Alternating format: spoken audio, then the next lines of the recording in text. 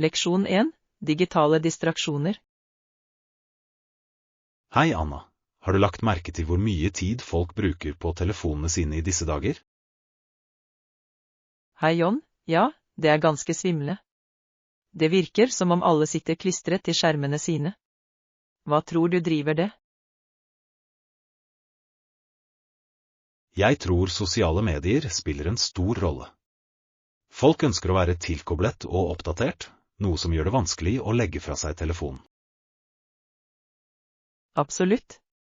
Og med så mye innhold tilgjengelig, er det lett å miste oversikten over tid ved å bla gjennom feeder. Høyre. Jeg leste at en gjennomsnittlig person bruker over 3 timer om dagen på telefonene sine. Det er en betydelig del av tiden. Det er det virkelig.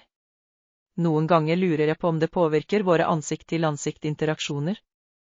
Har du lagt merke til endringer i sosial atferd?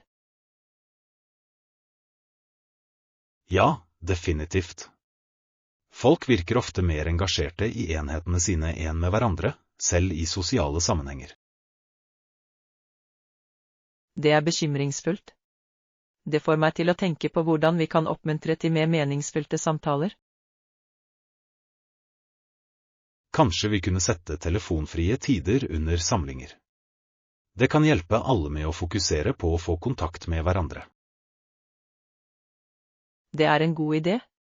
Det kan føre til dypere samtaler og felles opplevelser. Har du prøvd noe sånt?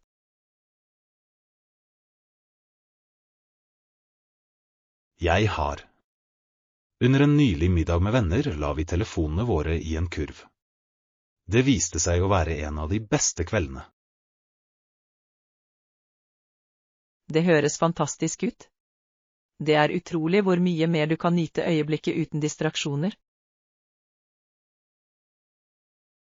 Nøyaktig.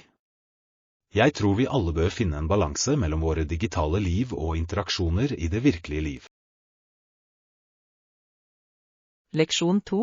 Historiske refleksjoner. Hei, Anna. Jeg leste om de sosiale og politiske lederne i det gamle Søren og deres bruk av slavearbeid. Hei John, det er et tungt tema. Hvilken innsikt fikk du fra lesingen din? Det er slående hvordan disse lederne rettferdiggjorde slaveri som essensielt for deres økonomi, selv om det var moralsk galt. Ja, det fremhever den komplekse historien til den tiden. Mange ledere var dypt forankret i å bevare sin livsstil. Absolutt. De prioriterte ofte økonomisk gevinst fremfor menneskerettigheter, noe som er en urovekkende tanke. Det er en sterk påminnelse om hvordan makt kan ødelegge moralske verdier. Hvordan tror du samfunnet har endret seg siden den gang? Jeg tror det er en større bevissthet nå om menneskerettigheter og likestilling, men utfordringene vedvarer fortsatt. Ekte. Det er viktig å fortsette å diskutere disse temaene for å sikre at fremgangen fortsetter. Hva tror du kan gjøres for å utdanne andre? Jeg tror det kan hjelpe å inkludere flere historietimer på skolene. Å forstå fortiden er avgjørende for å unngå lignende feil. Jeg er enig. Engasjerende diskusjoner og åpne fora kan også oppmuntre til kritisk tenkning om disse problemene. Nøyaktig. Vi skal alltid strebe for et samfunn som verdsetter likhet og rettferdighet for alle. Leksjon 3. Bestillingsplaner. Hei Anna, det ville vært flott om vi kunne arrangere en tur snart. Kan du bekrefte setene? Hei John, helt klart. Jeg bestiller dem for deg med en gang. Hvilken dato ser vi på? Jeg tenkte på den første helgen i neste måned. Fungerer det for deg? Ja, det høres perfekt ut. Jeg skal sjekke tilgjengeligheten for disse datoene. Hvor mange seter trenger vi? La oss få 4 seter, i tilfelle noen venner vil bli med oss. Stor? Jeg skal sørge for å reservere ekstra plasser. Vennligst vent et øyeblikk mens jeg sjekker. Ja da, ta deg god tid. Jeg er spent på denne turen. Jeg fant noen alternativer. Billettene er tilgjengelige for den helgen. Jeg går videre og bestiller dem nå. Kjempebra. Takk for at du håndterer det. Det vil være flott å ha alt ordnet på forhånd. Absolutt. Jeg sender deg bekreftelsen så snart den er ferdig. Planlegging fremover gjør alt jevnere. Ja, det gjør det virkelig. Jeg kan ikke vente på dette eventyret. Leksjon 4, shoppingfunn. Hei Anna, fant du noe du likte mens du handlet i går? Hei John, ja. Jeg fant et par flotte jeans og en stilig jakke som jeg gleder meg til å bruke. Det høres kjempebra ut. Å finne den perfekte jeansen kan være en utfordring. Hvilken stil valgte du? Jeg valgte en stil med høy midje. De er superkomfortable og trendy akkurat nå. Fint valg. Jeans med høy midje er flatterende og allsidig. Hva har du tenkt å ha med dem? Jeg tenker på å kombinere dem med en enkel hvit t-skjorte og min nye jakke for en avslappet look. Det høres ut som et flott antrekk. Uformelt, men likevel stilig. Fant du andre ting? Jeg fikk også litt sett tilbehør, som et halskjede og et par øredobber. De vil sette en fin touch til antrekkene mine. Tilbehør kan virkelig heve et utseende. Liker du å handle klær ofte? Det gjør jeg. Det er morsomt å utforske forskjellige stiler og finne stykker som uttrykker min personlighet. Det kan jeg se. Det er som et lite eventyr hver gang du skal handle. Jeg må kanskje bli med neste gang. Leksjon 5, trafikksikkerhet. Hei Anna, jeg har tenkt på trafikksikkerhet i det siste, spesielt når det gjelder syklister og fotgjengere. Hei John, det er et viktig tema. Jeg mener alle trafikanter bør følge reglene for å holde alle trygge. Absolutt. For eksempel synes jeg syklister bør gi etter for fotgjengere ved fotgjengere. Det er fornuftig å prioritere sikkerhet. Ja, det gjør det. Fotgjengere er ofte mer sårbare, så det er avgjørende å gi dem forkjørsrett. Hva synes du om sykkelfelt?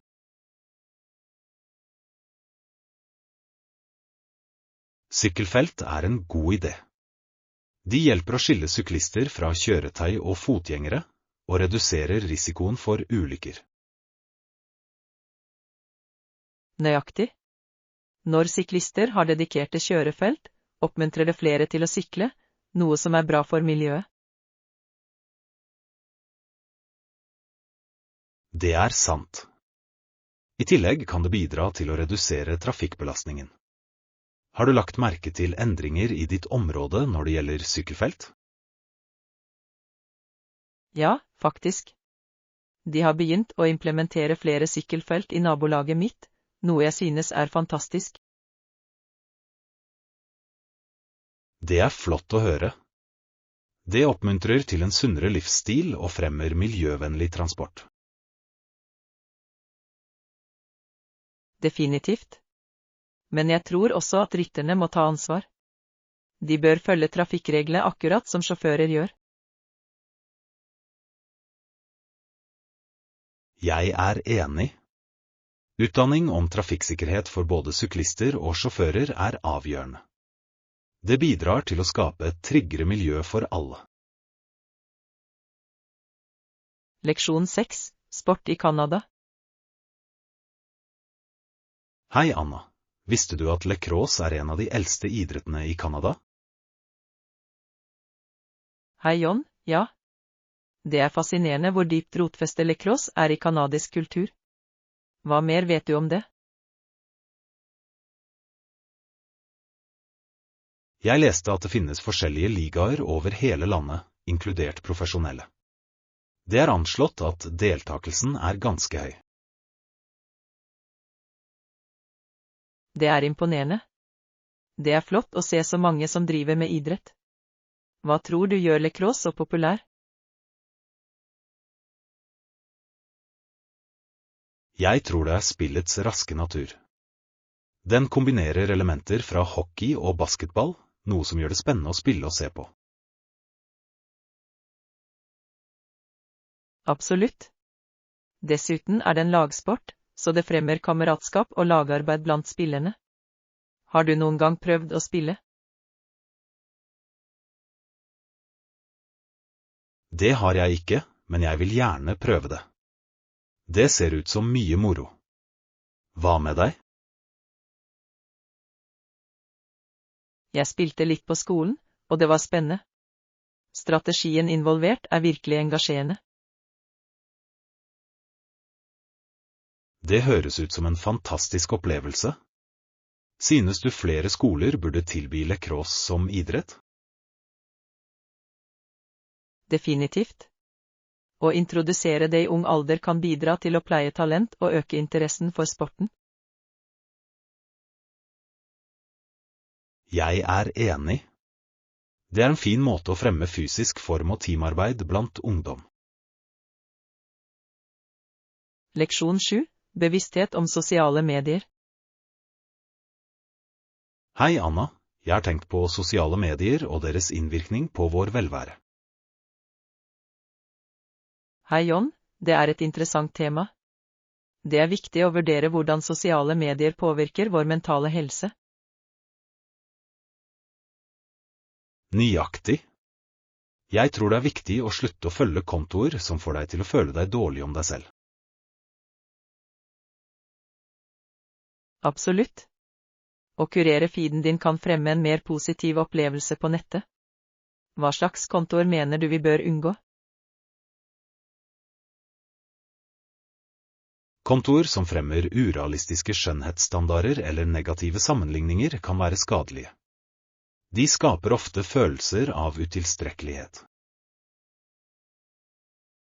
Ja, og det er viktig å følge kontoer som inspirerer og løfter oss i stedet. Positivt innhold kan ha en betydelig innvirkning på humøret vårt.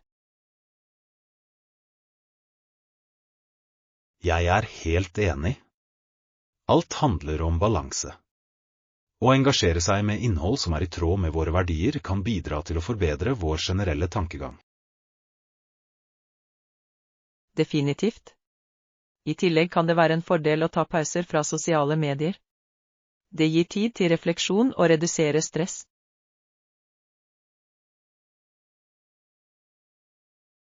Det er en god idé.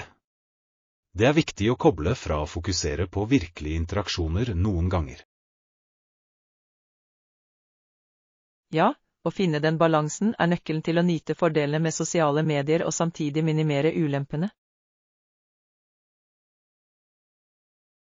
Godt sagt.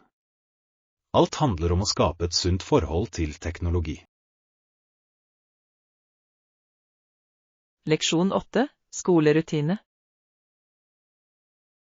Hei Anna, hørte du om den nye læreren på skolen vår? Han heter Mr. Parker. Hei John, ja. Jeg hørte at han er virkelig engasjerende. Hvilket fag underviser han i? Han underviser i historie, og jeg har hørt klassene hans er ganske interaktive. Det burde gjøre læring morsommere. Det høres flott ut. Jeg tror interaktive klasser kan hjelpe elevene å beholde informasjonen bedre. Vet du når klassene hans starter? Jeg tror at skoleklokken ringer klokken 8:45, så jeg antar at den første timen hans er rett etter det. Perfekt. Jeg elsker å starte dagen med historie. Det er fascinerende å lære om tidligere hendelser og hvordan de former vår verden. Jeg er enig. Mr. Parker ser ut til at han vil gjøre historien levende. Jeg håper han deler noen interessante historier. Jeg er sikker på at han vil. Det er alltid hyggelig å ha en lærer som kan koble leksjoner til virkelige opplevelser. Nøyaktig. Jeg gleder meg til timene hans. Kanskje vi kan studere sammen etterpå. Leksjon 9. Thanksgiving-tradisjoner. God morgen, Anna. Når Thanksgiving nærmer seg, har jeg tenkt på tradisjonene. Hei, John. Thanksgiving er en fantastisk høytid. Hva er favorittdelen din? Jeg elsker maten, spesielt gresskarpeien. Visste du at den er laget av en stor oransje grønnsak som vokser på bakken? Ja. Jeg synes gresskar er så allsidige. Foruten pai, kan de brukes i supper og til og med brød. Absolutt. Det er utrolig hvor mange retter som kan komme fra bare én grønnsak. Hjelper du til med matlagingen? Jeg pleier å hjelpe mamma på kjøkkenet.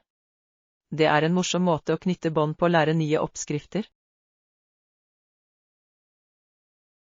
Det høres flott ut. Å lage mat sammen kan skape varige minner. Har du noen spesielle familieoppskrifter?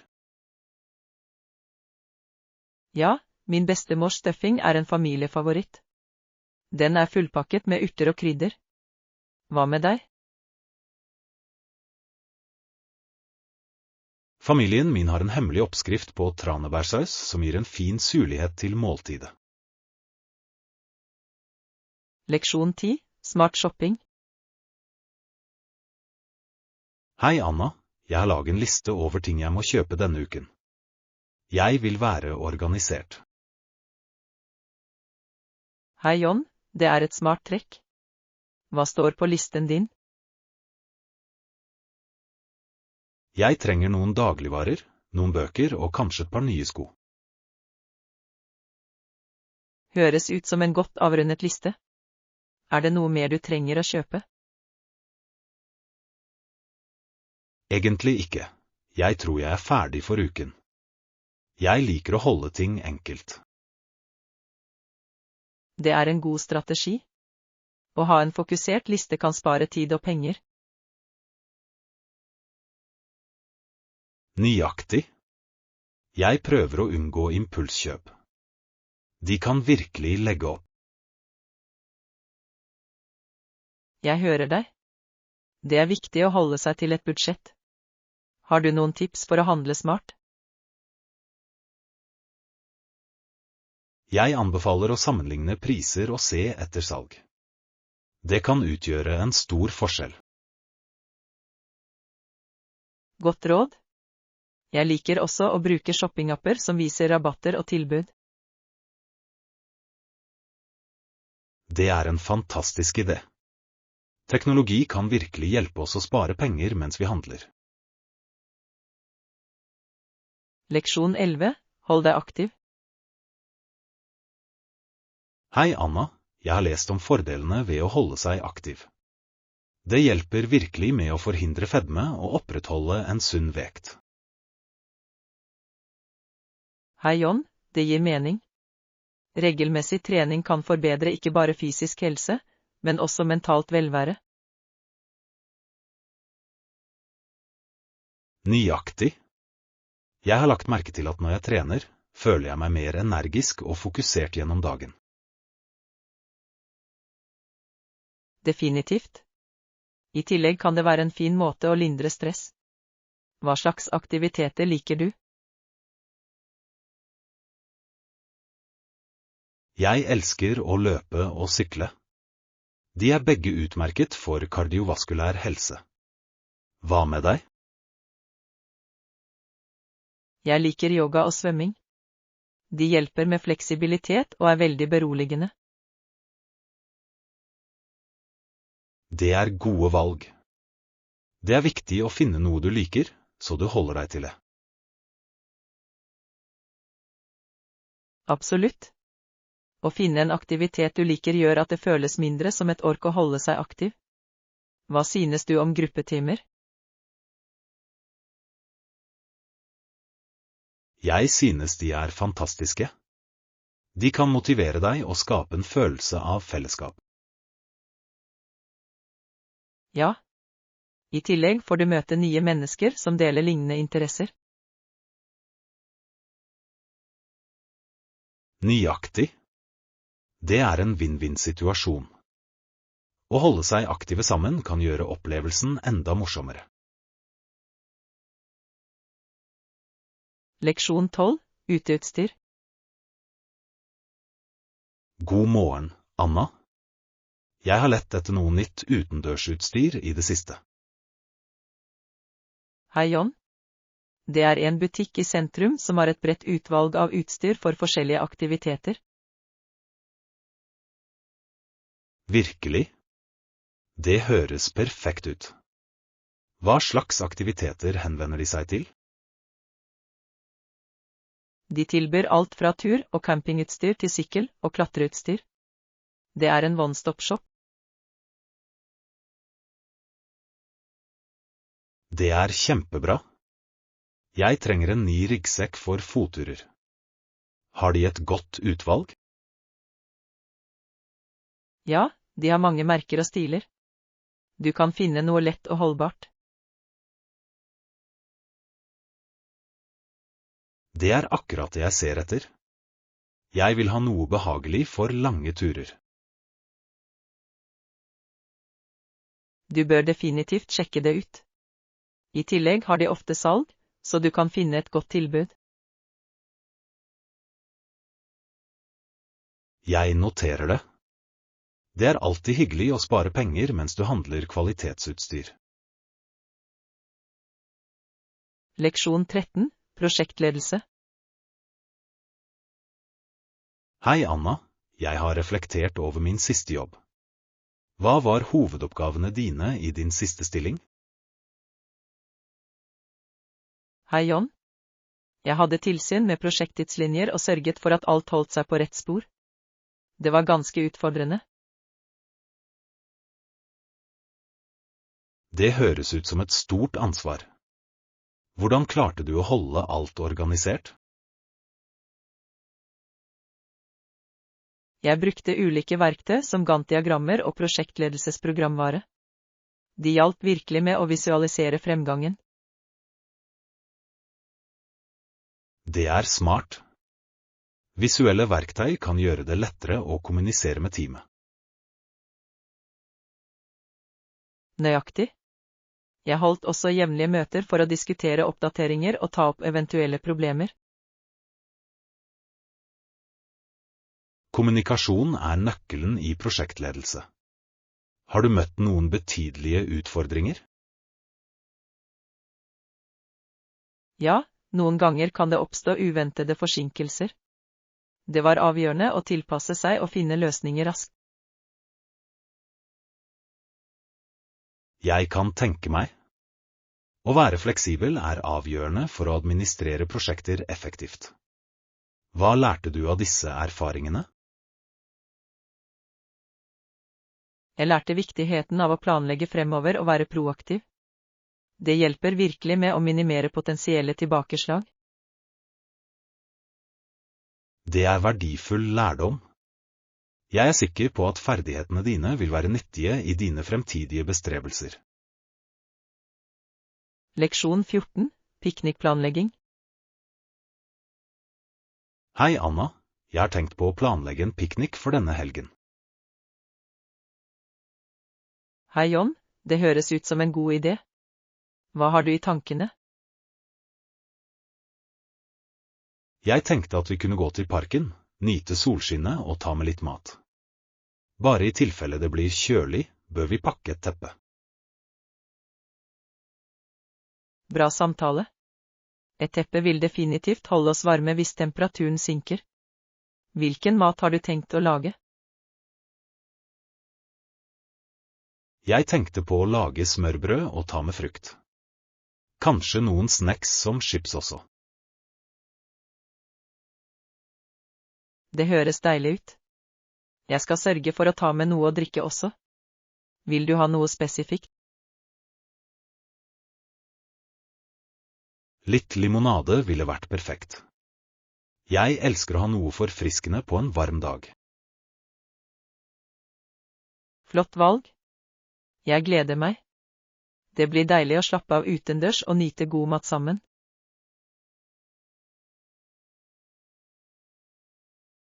Ja, det vil det.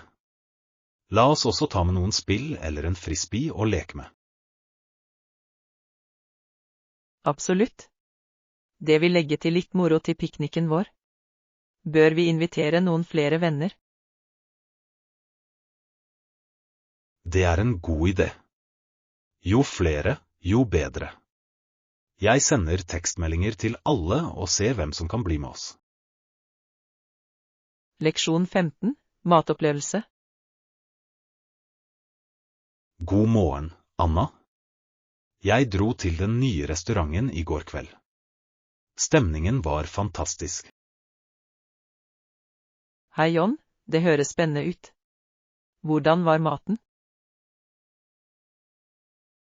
Det var deilig.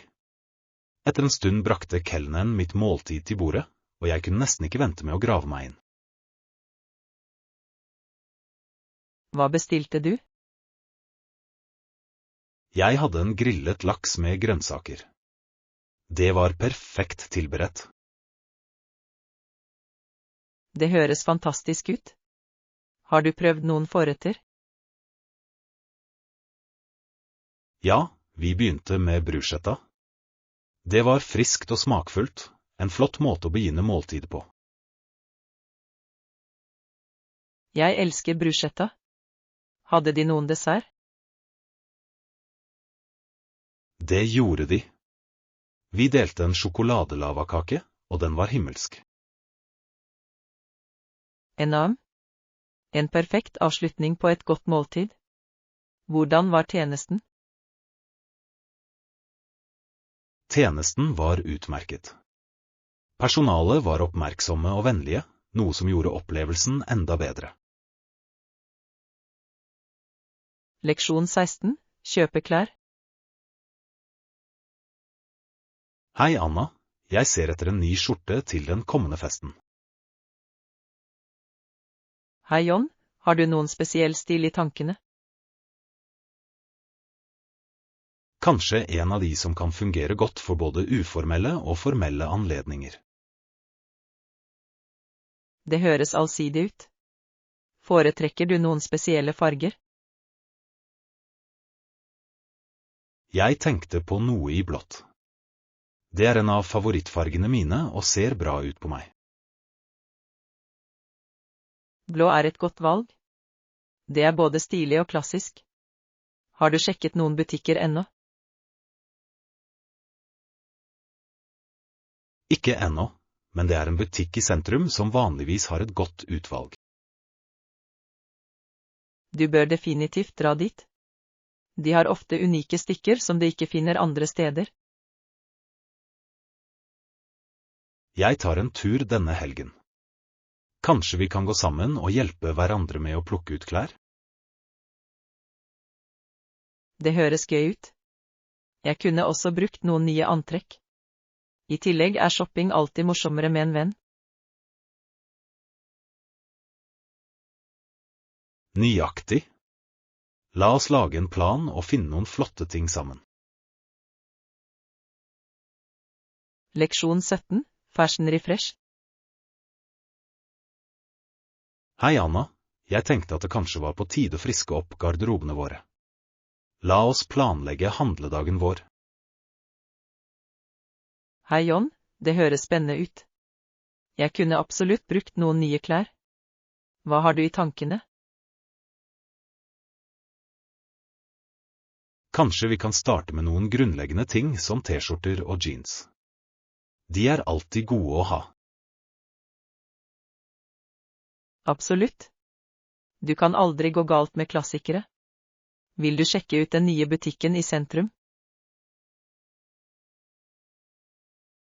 Ja, jeg hørte at de har en rekke stiler og størrelser.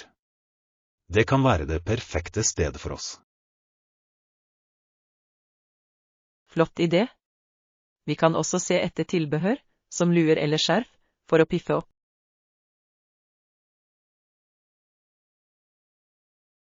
Jeg elsker det. Tilbehør kan virkelig forandre et antrekk. Hvilke farger tenker du på? Jeg heller mot lyse farger til våren. Hva med deg? Jeg tror jeg kommer til å holde meg til nøytrale toner, men jeg er åpen for en pop av farger her og der.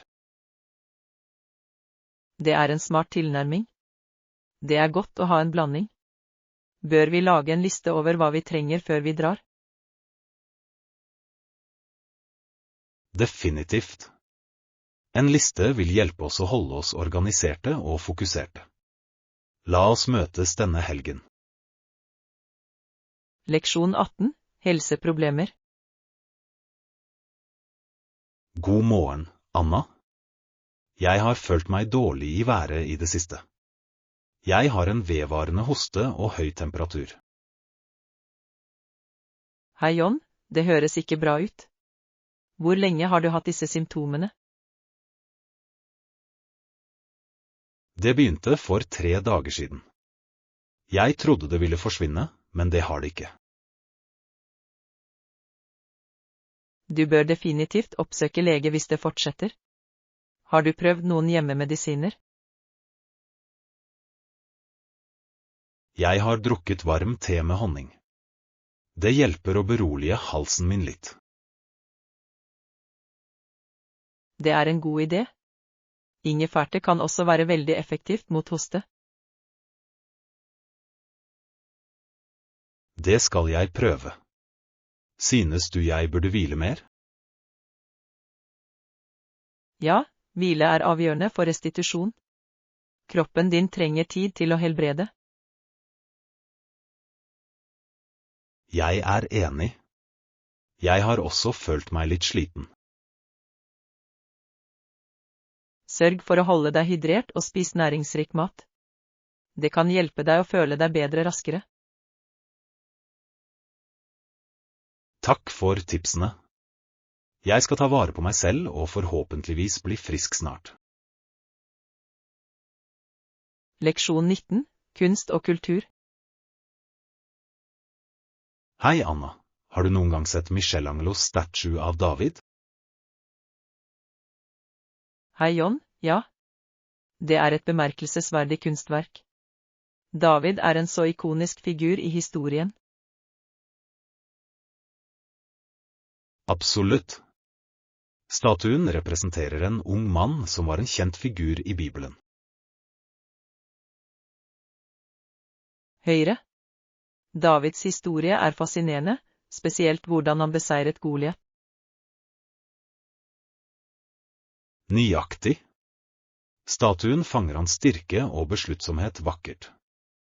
Har du sett det personlig? Jeg har. Det var fantastisk å se detaljene på nært hold. Håndverket er ekstraordinært. Jeg kan bare forestille meg. Jeg har sett bilder, men å være der må ha vært en annen opplevelse. Definitivt. Skalaen til statuen er imponerende, og du kan virkelig sette pris på kunstnerskapet. Jeg vil gjerne besøke galleriet en dag. Kunst som den snakker virkelig til den menneskelige opplevelsen. Leksjon 20. Utforsk parken. Hei, Anna. Har du hørt om den nye parken i sentrum? Hei, John, ja. Jeg hørte den har vakre hager og turstier. Hva er inngangsbilletten? Faktisk er parken gratis å gå inn. Vi måtte bare logge inn på besøkssenteret. Det er fantastisk. Gratis parker er en flott måte å nyte naturen uten å bruke penger. Nøyaktig. Vi kan tilbringe hele dagen der, utforske og slappe av. Vil du sjekke det ut i helgen? Jeg vil gjerne. Vi kunne pakke en piknik og nyte lunsj i parken. Flott idé. Jeg kan ta med smørbrød og snacks. Hva med drinker? Jeg tar litt limonade og vann. Å holde seg hydrert er viktig, spesielt hvis det er sol. Absolutt. Og vi bør ta med et teppe å sitte på. Ja. Det vil gjøre pikniken vår mye mer komfortabel. Synes du vi bør invitere noen andre? God tanke. Kanskje vi kan invitere noen venner til å bli med oss. Jo flere, jo bedre. Leksjon 21. Navigere kollektivtransport. Hei, Anna. Jeg tenkte på å ta bussen til kunstutstillingen. Har du noen gang brukt offentlig transport her? Hei, John, ja, det har jeg. Det er ganske praktisk. Hvordan vet du hvor du skal gå av? Jeg pleier å telle antall stopp eller spørre sjåføren om hjelp. Det er lettere på den måten. Det er smart. Noen ganger bruker jeg en kartapp på telefonen min. Den viser meg når jeg skal gå av. Det er en god idé.